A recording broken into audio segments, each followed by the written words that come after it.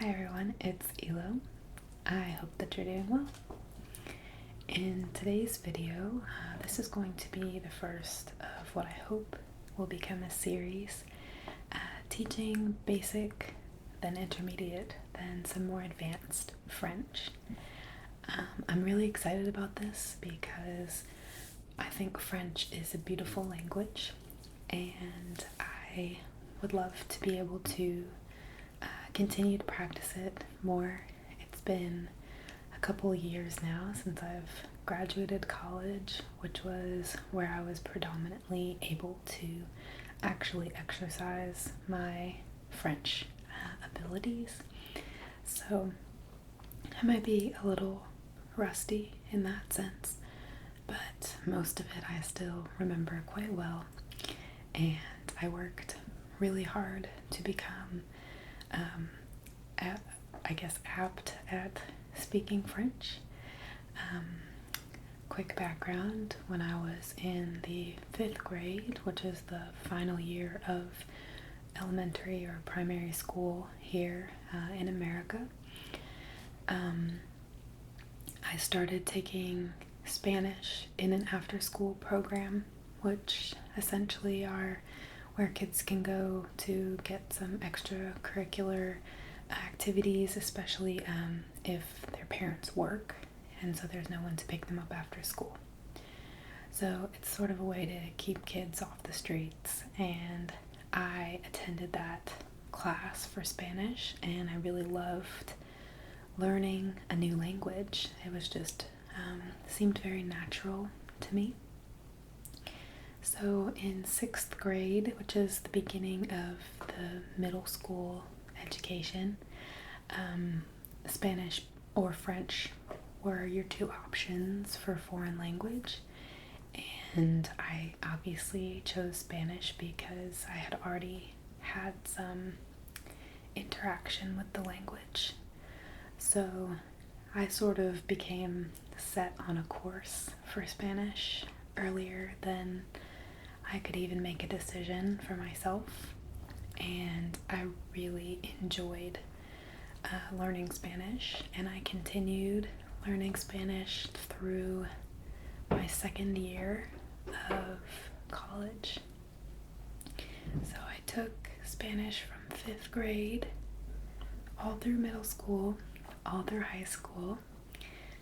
Then I received a scholarship for speaking Spanish and went to high school, and I think I was 1 or 2 classes short of getting a minor in Spanish.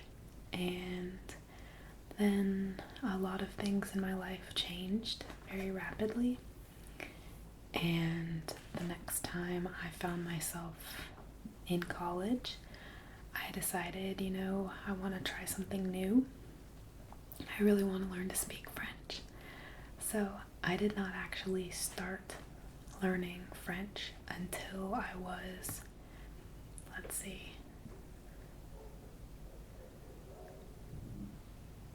I guess I would have been 22 years old. So I was quite old for learning a third language. In the grand scheme of things, it's much easier to absorb a new language when you are young. But I was determined, and I took my first course over the summer. It was a 4 or 6 week class where you went to class 5 days a week for 4 hours at a time. And it was like a crash course, and we learned like 16 chapters of French in like a 4-week period. I really think it was 4 weeks. And it was really intense. I don't know if I really would recommend that if you're just starting out, because there are certain key basic elements when you're learning a new language that are just really important to solidify in your mind before you move forward. So, for example, I am terrible with remembering weather and numbers in French because we went so fast through that. Even the alphabet sometimes I struggle with because I just didn't memorize it very well. So I'm going to take this course much slower than that if you're genuinely interested in learning, and if you're just here for the relaxation, I hope that you enjoy that as well. So let's go ahead and get started. This is going to be the equivalent of French 101.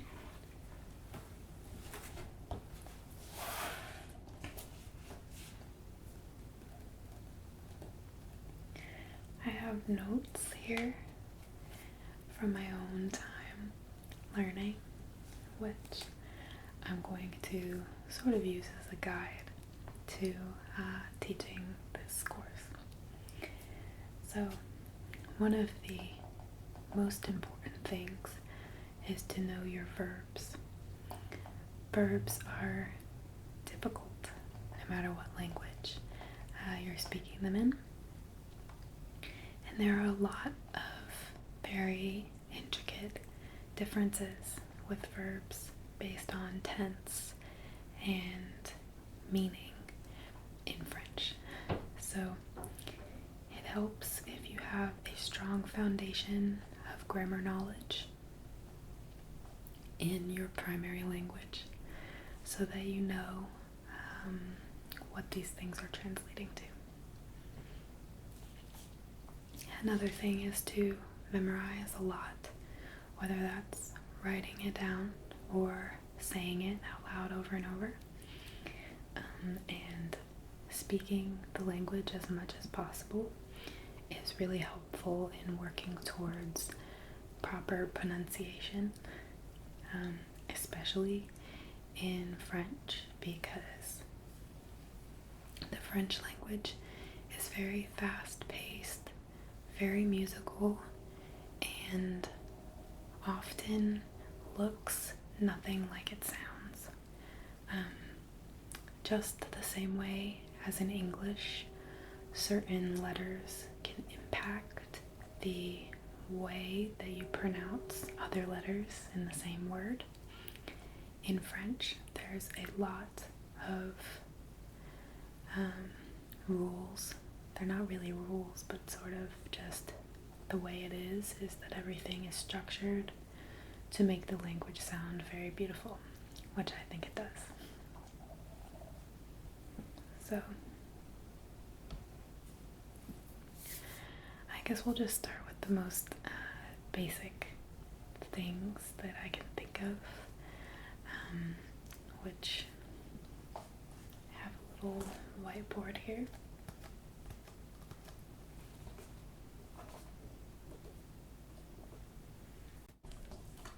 And I'm just gonna write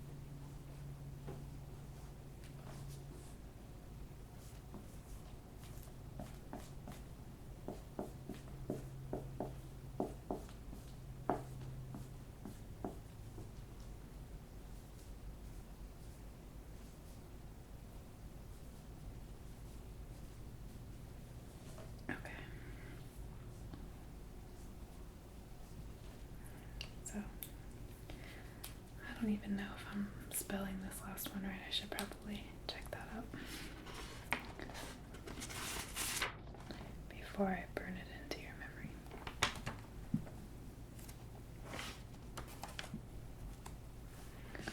The thing is that sometimes pronunciations and spellings change based on the gender of the word. So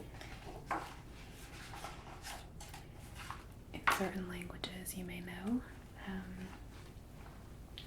words can be gendered, masculine or feminine.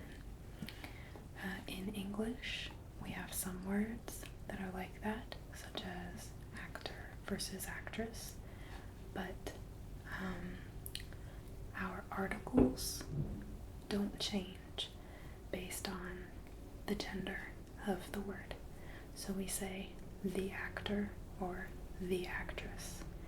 But in words, in languages such as Spanish and French, the article will change and be different. So the word for the or a or an will change based on the gender of the word.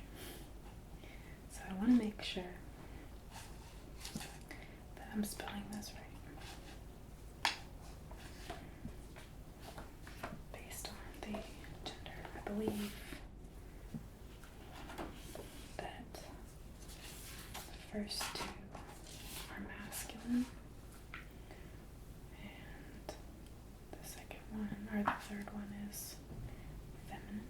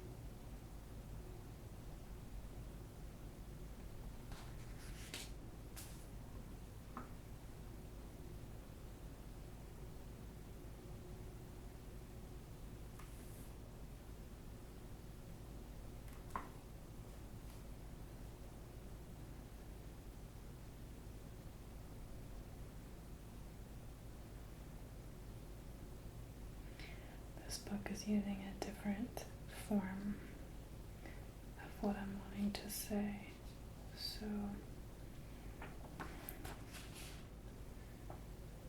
I think I'm right, but don't quote me on this spelling. So here we have 3 comic greetings. The top one is bon matin, bon matin, and this is good morning. So bon matin, good morning. Okay, then we have bonjour, which I separated them to show you sort of the pattern of the words, but this is usually connected into one word, bonjour, which is like sort of just used as hello, but technically jour means day. So you might have seen at a restaurant the soup du jour, which is the soup of the day. So this is like sort of saying good day or hello. And this is the one that I wasn't certain about. This is bonne nuit. And I believe that nuit, the word for night, is feminine. So whereas these ones end with your single N because they are masculine, the word matin or jour would be masculine, so we would only have B-O-N. Here, nuit is la nuit, feminine, the night. So this bonne would get an extra N-E to show that it's feminine. So once again, bon matin be used in the morning hours. Bonjour could be used really any time in my understanding, but it's sort of an afternoon greeting, I guess. And bonne nuit to say good night, or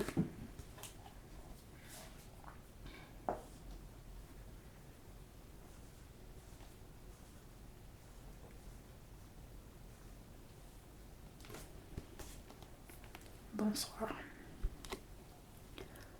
Bonsoir.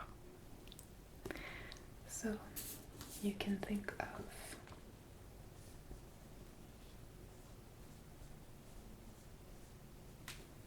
the word soirée, you might know. Soirée, which is, we don't say it with the R's being the way that they should be. But you may have heard people say, oh, I'm going to a soiree.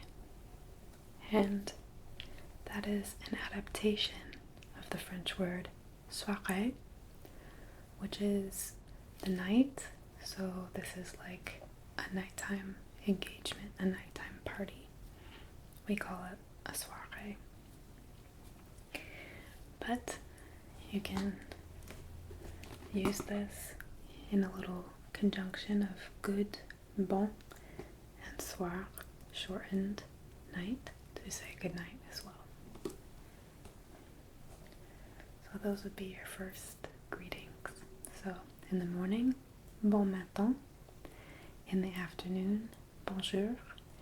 At night, bonne nuit or bonsoir.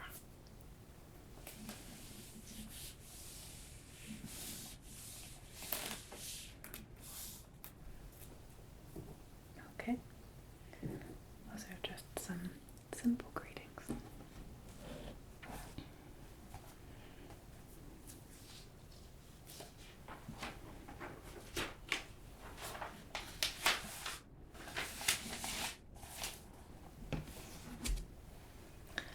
After you meet someone, you may want to ask what their name is. So, in English, when we want to speak formally, we have different ways of indicating this. So, in certain regions of America, you might say sir or ma'am to express a sort of appreciation for someone who's older than you. It's sort of a respectful thing to do. And there are also other ways that you can tailor your speech to be more appropriate for someone who is older than you or an authority figure. So for example, if you're talking to your teacher at school, you might not say, yo, what's up? You might if your teacher's cool, but think of just someone who's an elder who you're supposed to be respectful to. You're probably going to say, hello, how are you? You know, something more formal, less casual than what you would say to your best friend. So, in other languages, such as French and Spanish, they have a whole separate way of conjugating verbs to show that formality. And these are the types of things that you would say to someone who you do not know or someone who you need to pay respect to. So I'll show you both forms, okay? So for the formal,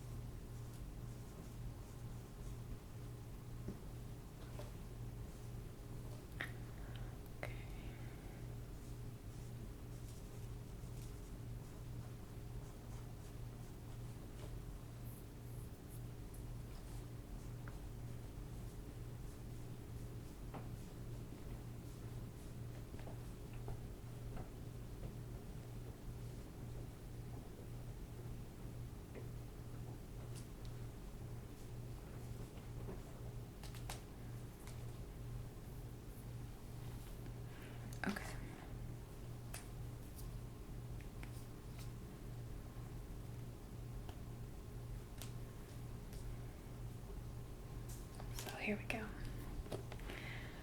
We have two different versions here. We have the formal version, which looks like comet vous appelez vous. That's not right though. Comme vous appelez-vous? Comme vous appelez-vous? So whenever we have a vowel starting word in French, the previous letter, which ends, I'm going to use a different color for this.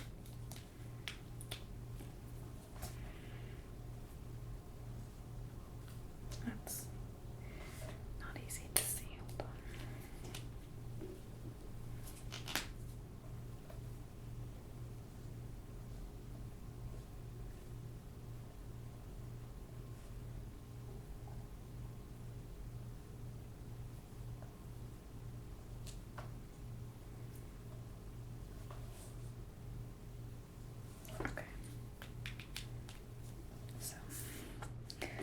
Whenever you have a vowel starting your word, the ending letter of the previous word is going to trail into the new word with a Z sound.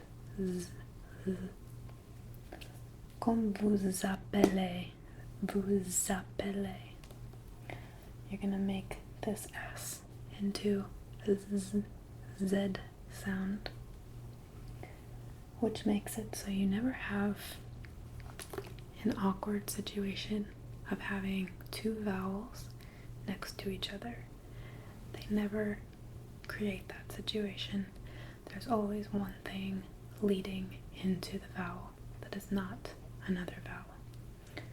So this is a common sound that you'll hear in French, is the Z sound, which is going to be linking two words, especially because a lot of words end in S.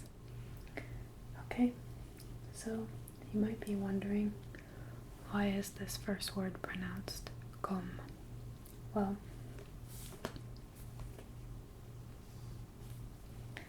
the French often do not pronounce the last few letters of many words. So when you see this word, you can almost imagine that the E, N, and T are not there. Comme vous appelez-vous? Okay? It's something important to remember with pronunciation so that you're not saying comment. There are times where you might pronounce the rest of the word, and that would be in the case where the T is preceding a vowel, and then you'll need the T sound to lead into the vowel sound. But in this situation, since we're going from consonant to consonant, we're just going to say comme vous appelez-vous. Another incredibly important thing to note is that there are at least 3 variations of the end of a word that all sound like eh. Easy is one of those.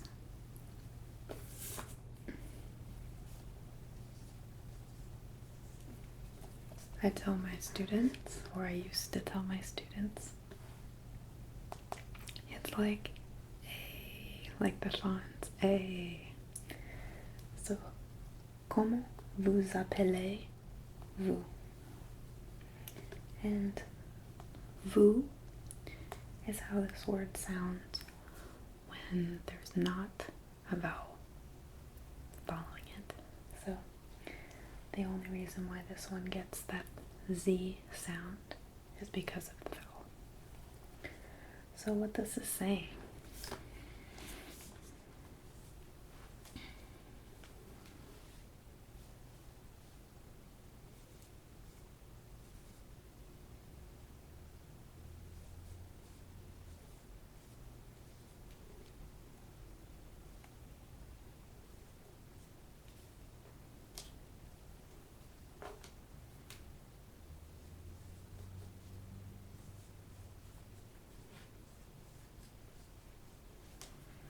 is essentially something like, how do you call yourself? If I had to translate it to English as closely as I could, that's probably what I would say. Because comme, C-O-M-M-E-N-T, means how. Vous is our formal form of the word you. Appeler is a conjugation of a verb, appeler, which ends with an ER, which is another one of the endings that makes the A sound.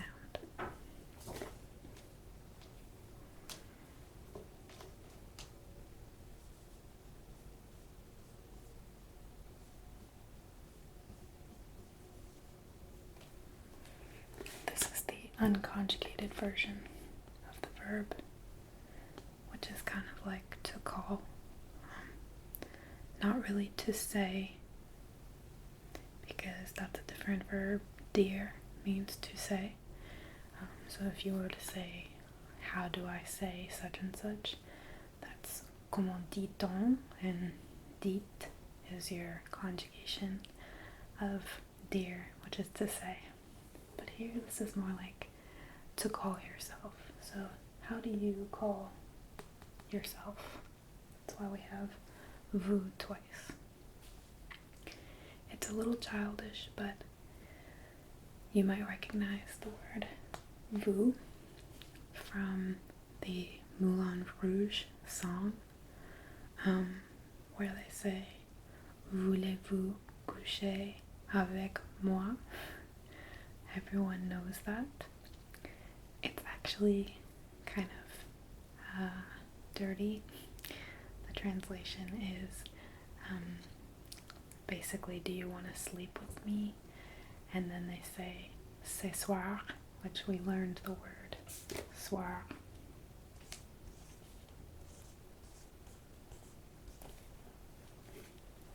Ce soir, saying like tonight. So that's not the best, the most appropriate teaching point, but since the song is so popular, I figured that'll be a good grounding point. So vous is like you, and it's formal, so you can imagine that the speaker of that song does not know the person they're talking to very well. So that would be the formal version of what's your name.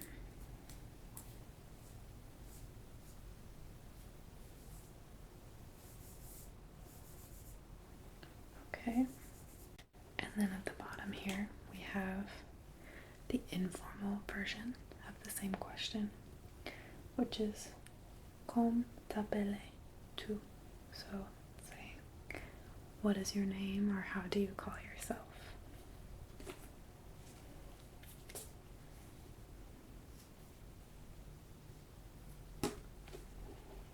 And this construction is a little more complex, so I'm not going to really get into that yet, but just know that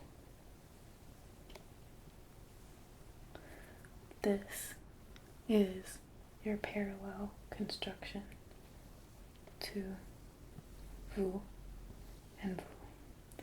This T apostrophe, the apostrophe, is your shortened form of tu, which means you in the informal sense.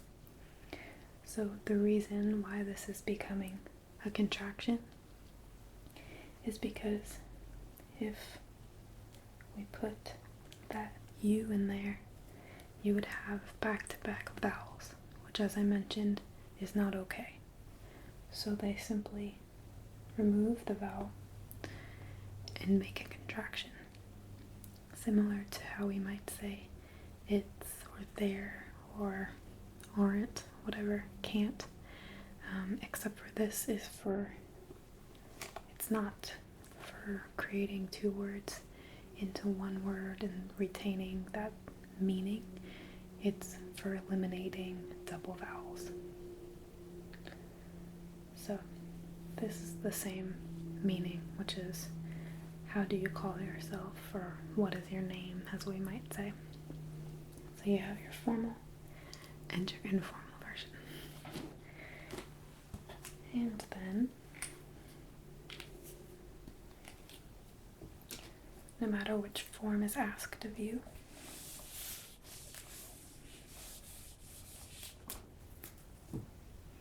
you'll want to answer in the same way.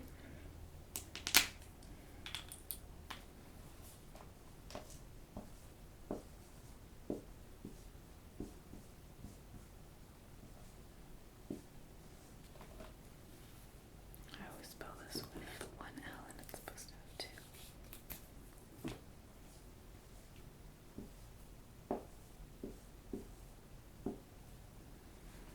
Okay, so here is your answer.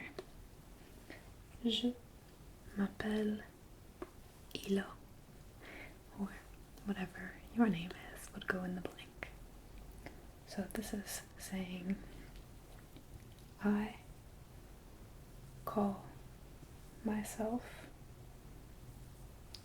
Ilo.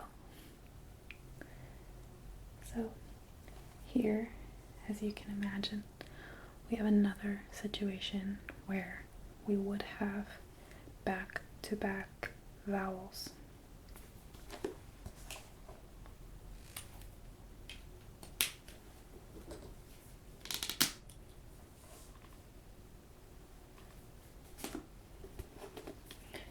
This word is really m, which looks like me.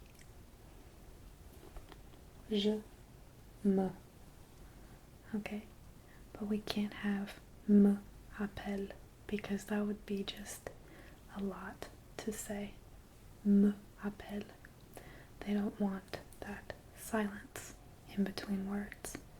So in order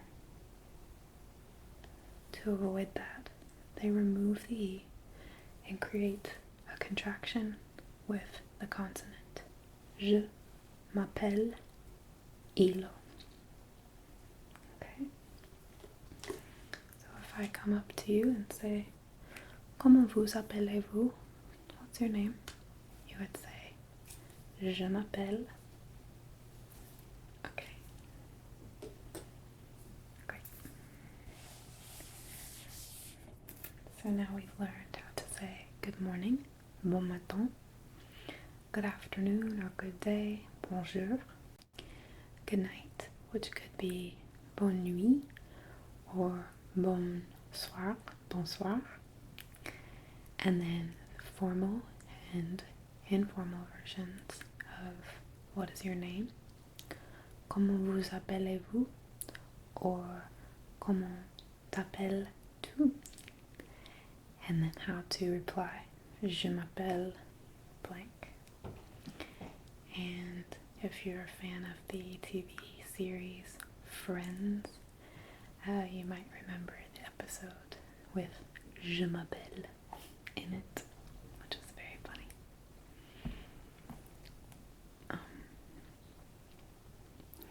You can also sort of ask, what's your name in a more forward way, I guess.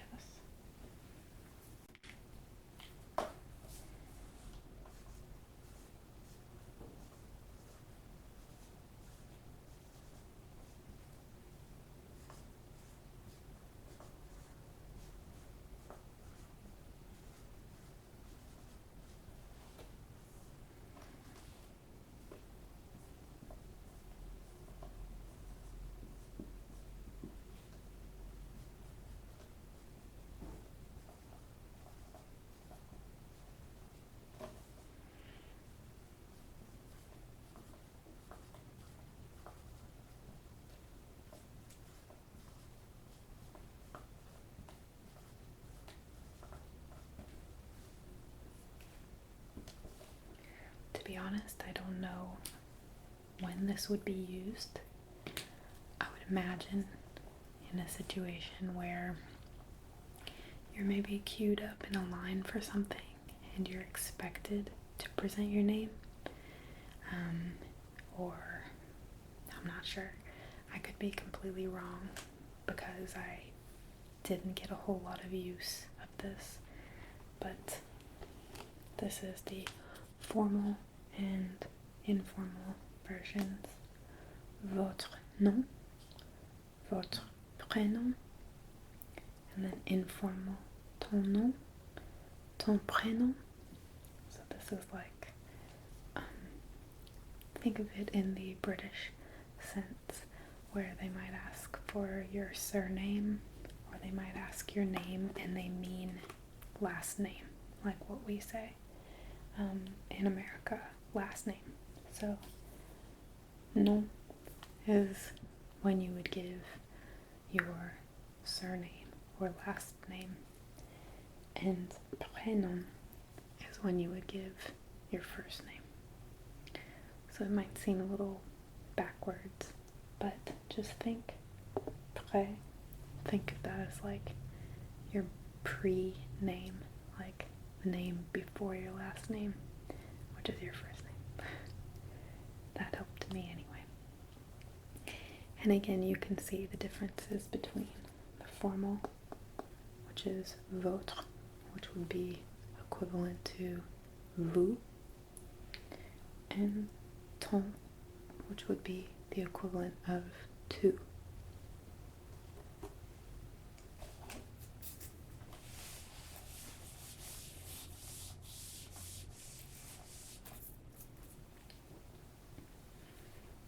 Okay. You also might want to, after meeting someone, tell them that you are pleased to meet them.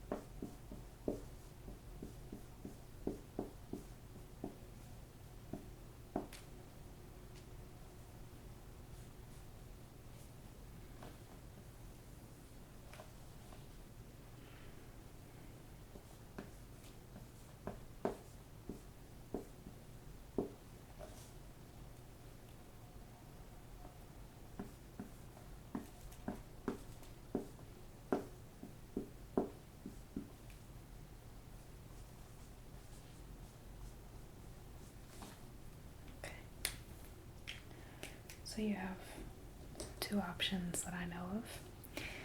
So you've just met someone and they've asked you your name and you've told them, and then you've asked them, comment vous appelez-vous? What's your name? And they've told you, oh, my name is such and such. Then you don't just stand there awkwardly. You politely say that it's nice to meet them. And you have, as I said, two options that I know of. The first one is to say enchanté, which you may have heard before because this is another word that Americans frequently use. Enchanté, which is kind of like saying I'm enchanted, like it's just very nice to meet you kind of thing, versus ravi, which is like I'm delighted. They're very close in meaning, and I don't think that either one really makes that much of a difference, but I do think that it's easier for most Americans to say enchanté because ravi requires that R sound that I think is very difficult for some people to produce if they're not a native French speaker. And then you'll notice I have little M's and F's on the side. These are the different spellings Obviously, if you say it out loud, it doesn't matter because they sound exactly the same. But if you were to be writing this down, there is a difference. If you're a male and you're saying enchanté, you just use the one E with the accent. If you're a female saying enchanté, you need another E on the end. You just add a regular E right to the end, which indicates they're a female speaker. Same thing for the male versus female with ravi. This one just R-A-V-I. Feminine, R-A-V-I-E. And I'll just quick write.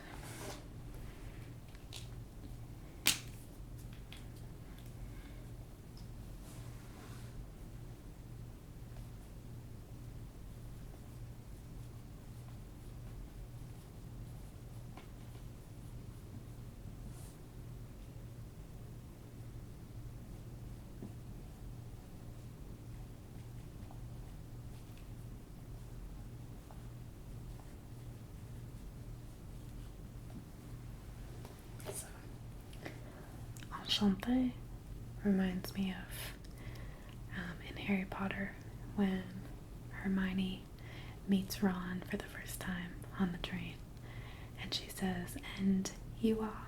And he says, "Ron Weasley." And she says, "Pleasure." This is sort of that. Enchanté. Pleasure. It's nice to meet you. She was being sarcastic-ish, but this is a legitimate way to convey that.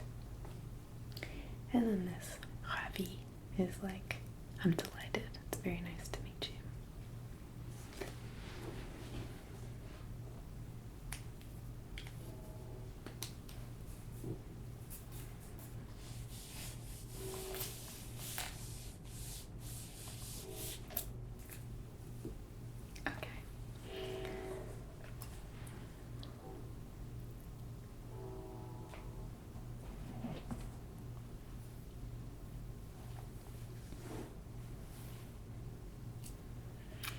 Okay, so we've learned a few phrases. Another thing that I think is really important to know, but is more on the grammatical side, are the various markings that you might come across in the French language, and there are quite a few.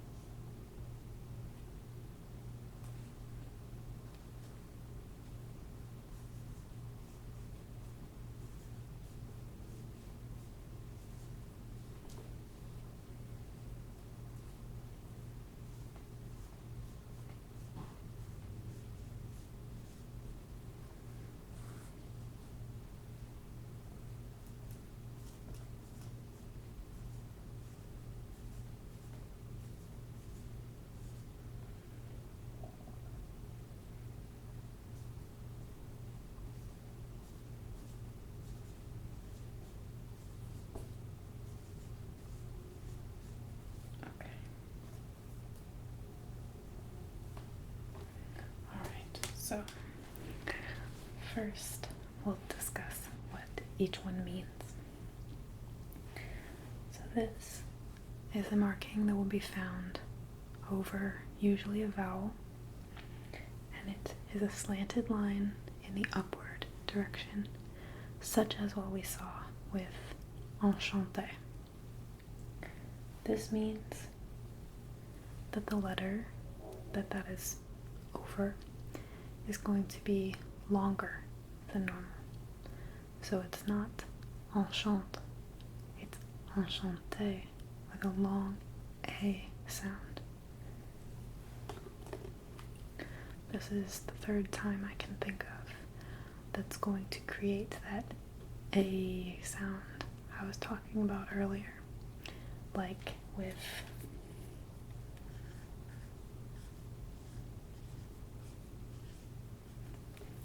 ER or easy. You can also have an E with an upward accent. All three of these sound like A. Okay? So that is the upward mark. The downward mark, as you might imagine, does the exact opposite. It shortens the sound of the vowel that it's placed over. I'm sure that we'll see examples of that as time goes on, and I'll repeat these concepts each time they come up, at least for the first little while. The next marking is like a caret, as we might call it, an upward pointing arrow over a letter, and generally it means that that letter or a surrounding nearby S is going to essentially disappear and to become unpronounced. This marking is a small hook that's often found at the bottom of the letter C.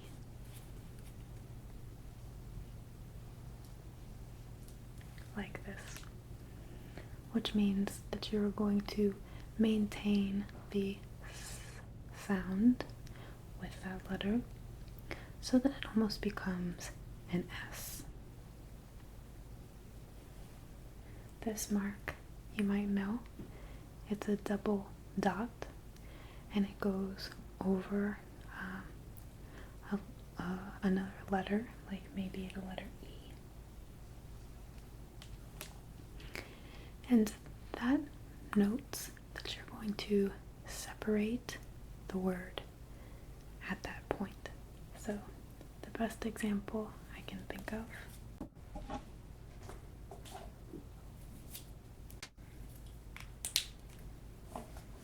is the word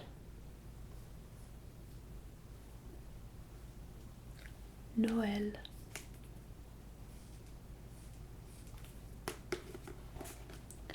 Noël. Noël.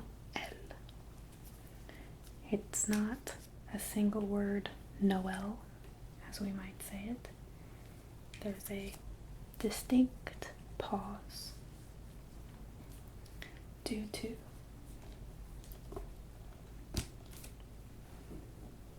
the dots, which makes it Noël.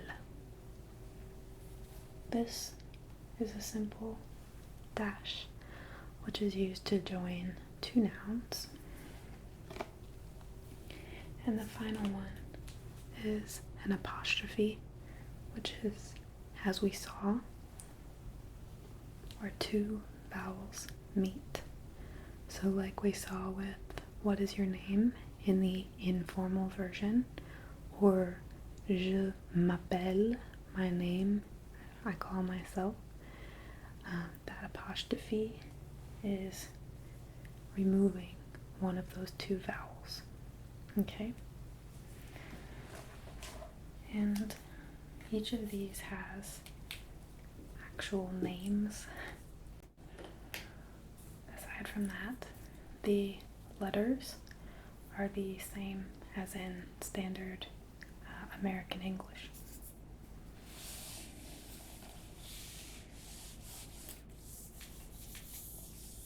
So I think in that sense, it might be one of the easier languages to learn, because because you don't have to learn any new symbols. So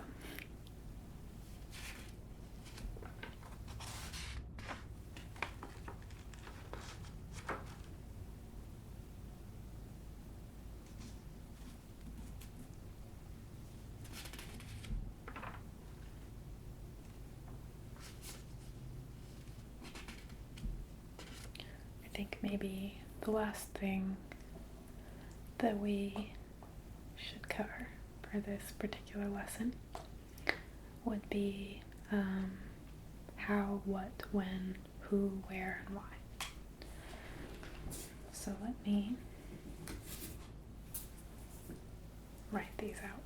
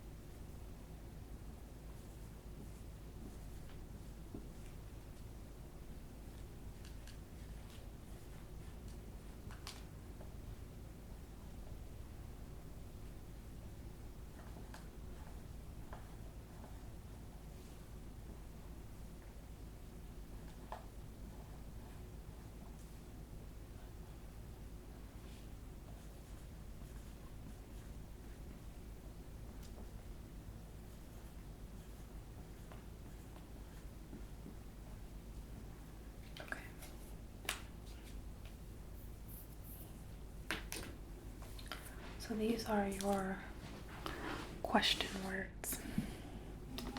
Okay, see that? Okay, alright. One of them we've already learned, which is comme, which means how. The next one is definitely the trickiest because it has two different ways, I guess, you can say it depending on the context. And we're not gonna go crazy with that right now, but just so you know, it's qu'est-ce que. That's right. Qu'est-ce que. Qu'est-ce que. Or quoi. Quoi. So you'll notice very quickly that the QU sound is making a K noise here. Qu'est-ce que. Quoi. Qu'est-ce que. Quoi. So these are two different forms of the word what, which will depend on what you're talking about. Que means when. Que means when. Qui means who, which I think is similar to Spanish, if I remember right. Pourquoi. Pourquoi. This means why. You might even think for what, because pour means for and quoi means what. So you could, if it helps, think for what, meaning why or what for. And then où, just où, round. Où means where. And if you're a fan of the Sherlock Holmes movie series with Jude Law and Robert Downey Jr., You might remember when they're looking for Simsa at the gypsy camp, and Jude Law rolls in there and says, Ue Simsa, Ue Simsa. He's saying, where is she? Where is Simsa? Ue Simsa. Okay? So again, comme, qu'est-ce que, ou quoi, que, qui, pourquoi, et où. Okay?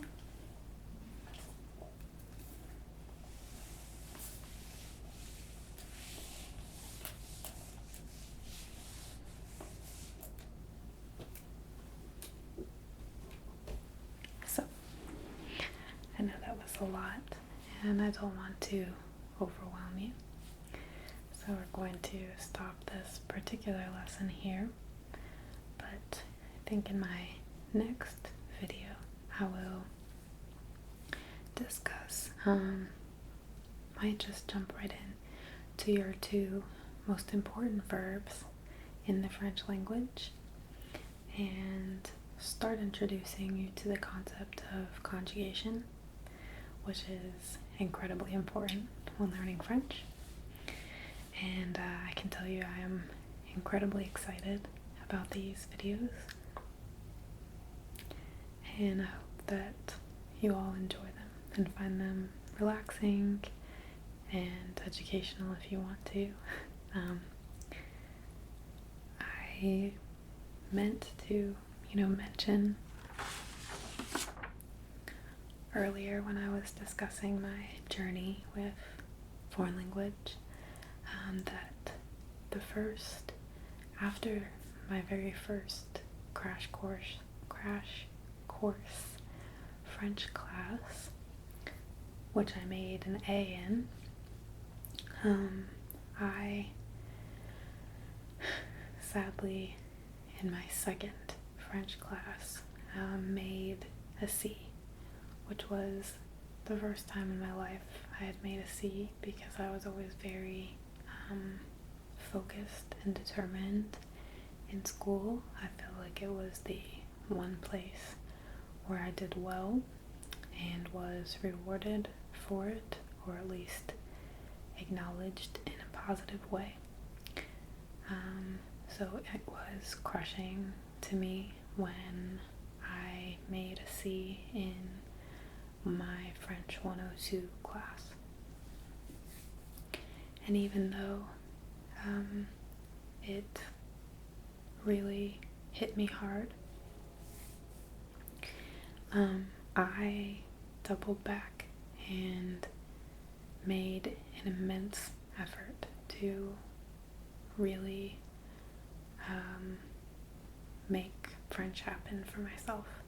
And not that I wasn't trying, that's kind of why it was so heartbreaking the first time, was because I was trying really hard when I made that C. But I really sank so many hours into it. I got a French tutor through the school who I met with once or twice a week to get everything done, do my best, and I worked my butt off to master this language, and I ended up making A's in the rest of my French career courses, and I even ended up becoming a French tutor at my university. So it was a very amazing feeling to have gone from feeling like such a failure at it to having my professor recommend me as a potential tutor for the tutoring center at my university. That was like a huge deal for me, and I don't know, I just say that to tell you that if you're struggling to learn a new language, or if you want to learn a new language and you're just scared to try, it can be done as long as you're just willing to put in the effort and work hard and just really practice, honestly, over and over as much as you can. Expose yourself to it as much as you can. You can watch your favorite movies with English subtitles in French. Or if you're in college, you can get a French tutor. I don't know of a single university that doesn't have a tutoring center that's free. There's nothing shameful about that. No matter what course it is that you might be struggling with, getting a tutor is sometimes just something you need to do. It's just a little extra help. It's a different perspective than your professor. It's another student who has also potentially struggled with the same stuff that you're struggling with, so they might have a lot of helpful advice. And just don't give up. It's definitely possible to make this kind of thing happen. So I am really, really excited to be doing this series. I've probably already said 2 or 3 times, but it's true. I'm just really excited, and I'm definitely going to continue filming in this format. Maybe even today I'll just make another one. So I look forward to seeing you guys in my next video, whichever one that may be, and thank you for joining me, and I'll see you next time.